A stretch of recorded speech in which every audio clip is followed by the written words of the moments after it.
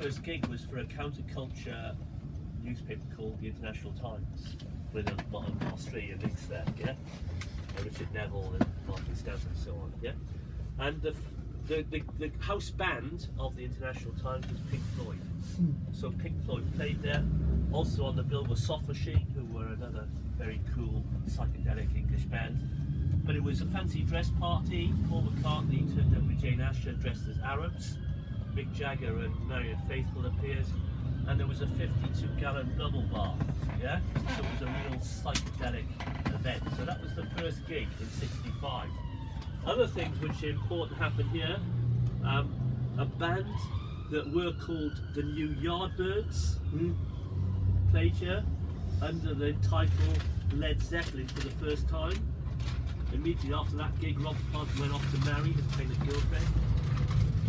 This was the place where Elton John played, and he accidentally kicked over his stool, and the crowd really loved it. So from then on, he always kicked over his stool during his performances.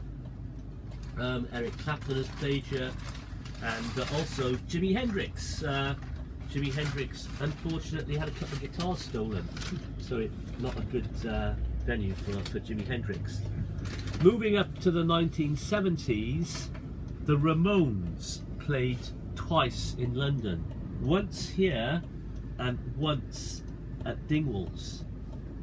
In one of those venues, I'm not sure, 3 members of the Clash went up after the show to speak to the band Ramones, and the Clash said, "We're in a band, we're crap, we haven't played publicly," and the Ramones said, "Get out there and play." So that was the catalyst for Clash to actually start playing. The Ramones were important, yeah? They saw that the Ramones were just doing like 2-minute numbers, 3 chords, yeah? Didn't have to be a brilliant musician.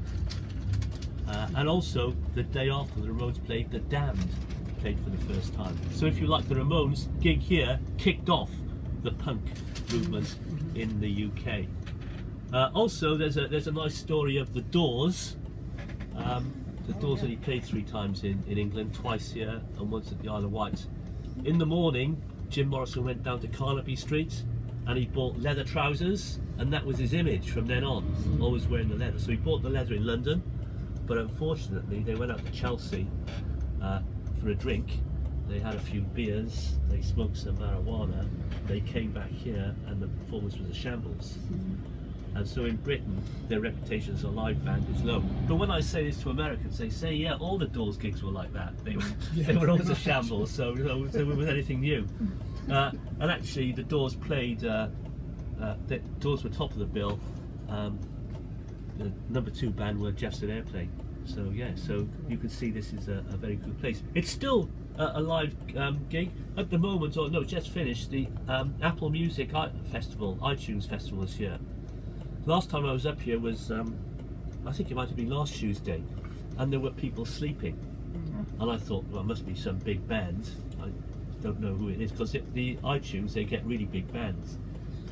And someone said, oh, it's Britney Spears is playing tonight. So people were sleeping out here to see Britney. And they were adults as well, you know? They weren't 14 or 15-year-olds, they were adults. They might be doing it for the kids, though. No, I think they. No, I think Britney is probably. How old is Britney? 34, 35? I don't know. Probably.